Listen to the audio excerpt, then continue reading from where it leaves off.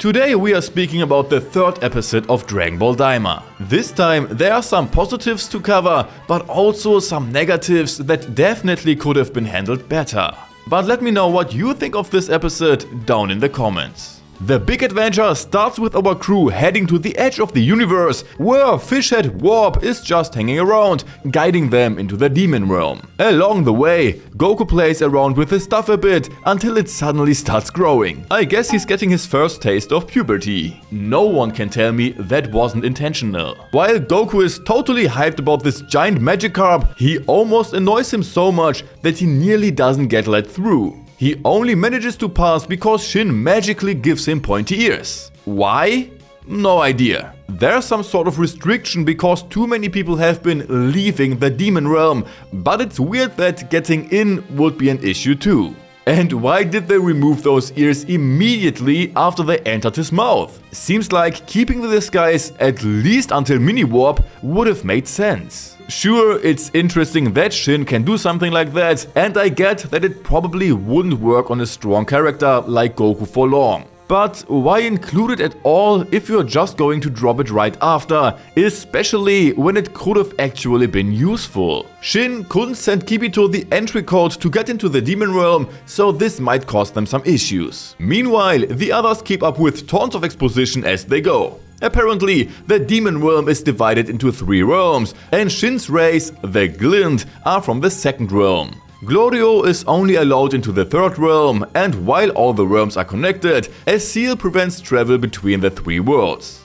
After finally getting farted out into the demon realm, Goku's excitement can barely be contained. It's genuinely nice to see him so full of wonder and adventure as he takes in this new world. Where they have landed, the air is super thick from volcanic onion fumes, which slows down their movements, kind of like they are underwater. Maybe it's the same type of vapor that's in Majin Buu, only way more concentrated, which would rule out any chance of using Potara fusion. But maybe it's just on this planet or only affects the third realm. It's also pretty funny that Dabura, the devil himself, is striking a peace pose as a statue, just like we often see Mr. Satan doing so. Then we have a quick moment where Goku has to be stopped from falling into a canyon where, if you fall in, supposedly everything and everyone disintegrates. And this time it might actually happen at some time, unlike falling off the snake way in the manga. They only mentioned it there, but we never actually saw what would happen if someone fell in the manga.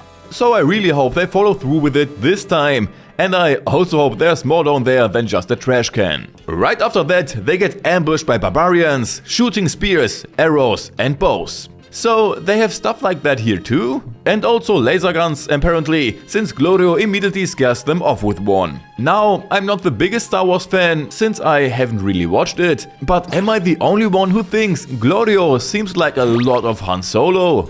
The vest, the laser gun. We know Akira is a huge Star Wars fan, so it's totally possible there are Star Wars references hidden here that I might be missing since, like I said, I haven't actually watched Star Wars yet. And yeah, I know, I'll be watching it someday. They hit rock bottom for a bit, do some bargaining on the overnight raid and eat some Krabby Patties. Apparently, they have those here too, but with some meat, which Glorio is suspiciously tight-lipped about. Probably just the finest organic Yakon meat, right? While Goku is chewing down these colorful burgers, some other guests start some beef because Goku doesn't have pointy ears. And all of that while one guy of them doesn't even have any ears. They actually could have cut a ton of dialogue here if they would have these guys focus on Shin instead. Why? Because Shin's species is from the second realm and they are not exactly popular in the third, since they think they are too good for them. That would have been an easy way to reveal Shin's race, their realm, and give Goku a reason to bring back some classic Dragon Ball hand-to-hand action, throwing punches without any energy blasts. Strangely, he didn't use his magic stuff at all, but instead grabbed a couple of plates to fight with. I guess it wasn't necessary, and he probably just took the chance to get a little more used to his Vegeta-sized hate in a real fight. Anyway, they could have cut the completely random conversation between Glorio and Shin, which would have made things flow a bit more naturally. Plus, it's even weirder now why they didn't just leave the pointy ears on Goku.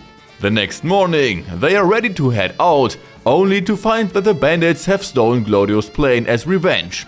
Honestly, I would be embarrassed too if I got humiliated by a kid. And let's quickly speak a little bit about Glorio. So far, he is still a bit of a mystery. He seems to lie a lot and gives off this vibe like he's secretly the bad guy with a hidden agenda. You get the sense he might betray Goku and the others only to end up on their side because they grew on him during their journey. Even though this episode could have had a more natural flow, it was actually pretty good. Just a standard setup episode to show us the world. If you wanna check out the last episode, then you can click here. Here is a random video. And that's it again from me in this video. I hope you enjoyed it. I hope you see us next time and take care, my friends.